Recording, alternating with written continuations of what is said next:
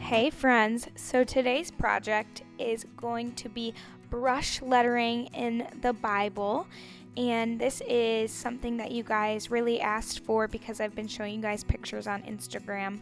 And so I'm going to be using the Arteza art products today. They actually sent us some amazing paints in the mail and brush pens that you put water in.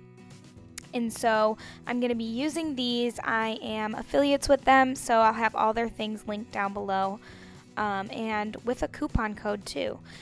So right now I'm just showing you guys what I do first. What I do is I practice, and this is a very important step because you don't want to go right in your Bible with not knowing how to brush letter. It took me a lot of practice to learn how to do this. So the downstrokes are thicker than the upstrokes, and that is the key to brush lettering. Now there's a lot of other YouTube videos that will probably explain this a lot better than I do, so you guys can check those out.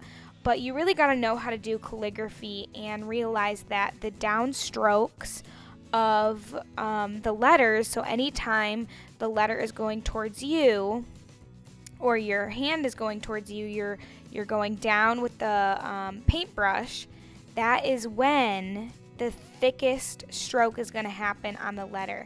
And it's very important to practice this over and over and over again, and to just make it a habit in your brain. And then also there's water in this brush, so you got to practice the consistency of more water, less water, what works best for you. I also wanted to show you guys too though that you can do this with a paintbrush. If you don't have that special brush lettering paintbrush, that's okay, because right here in my hands I'm doing it with a normal paintbrush, but as you can see I just have to keep dipping back in the water, so it's kind of a back and forth thing instead of with the other one I was just going, the water was right there in the brush, so I didn't have to go back in. And so here's what it looks like with the paintbrush, and I'm pretty much using these four bluish purplish colors right there. As you can see, just they're all in a row because I know they'll mix well, like really good together. And that's the key to doing this, is using colors that'll blend very well together. So here we go. I'm starting to do it in my Bible because I practiced it. And so downstroke thick, up thin. Right there I'm doing the downstroke. There's another downstroke that I'm making thick. And so I even dip back in the paint and come back in because I want it to be a little bit darker blue. And so that's just pretty much what I'm doing.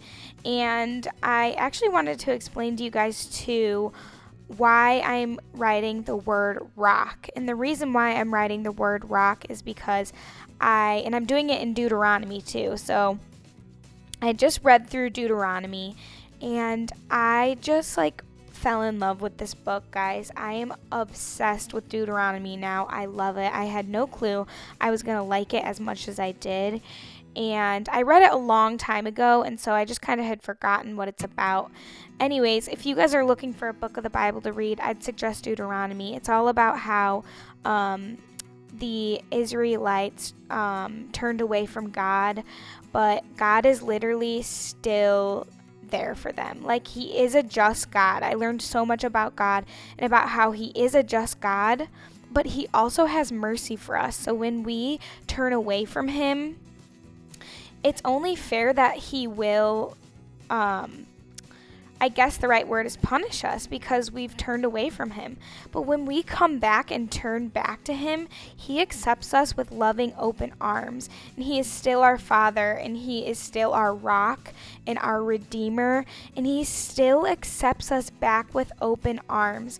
And actually, at the same time I was reading Deuteronomy, I was reading a book by Charles Spurgeon, and he's a preacher from way back when, and he says, and I wrote this in the Bible, his strong love stands like a granite rock, unmoved by the hurricane of our iniquity. And so this just reminded me so much of Deuteronomy and even my own life. Like, God's love has standed firm in my life like a granite rock. Like, it has not moved, and it hasn't moved by me turning my back towards him. He is still that loving rock there no matter what I do. And wow, how amazing is that I have a Father who doesn't change. He's a solid rock, and his love just abounds forever. It's a granite rock, and this just like touched my soul, you guys. So I had to Bible journal about it in this Bible from Dayspring. But this is actually my other Bible, and I put this picture on my Instagram, and I just wanted to show you guys that you can also do brush lettering with the Arteza brush lettering pens. I'll have these linked down below too, because they sent me these a while back, and I've just loved them all this time. And I'm just showing you an example of how easy it is to do in your Bible. The color's already in the pen. So that is it, you guys. That is how you brush letter. Again, look at the links down below for Arteza. And if you need more help brush lettering, just look it up on YouTube. There's a ton of videos there. Also, don't forget to subscribe. And if you want to be notified, hit the bell. Love you guys. Have a wonderful day. Peace out.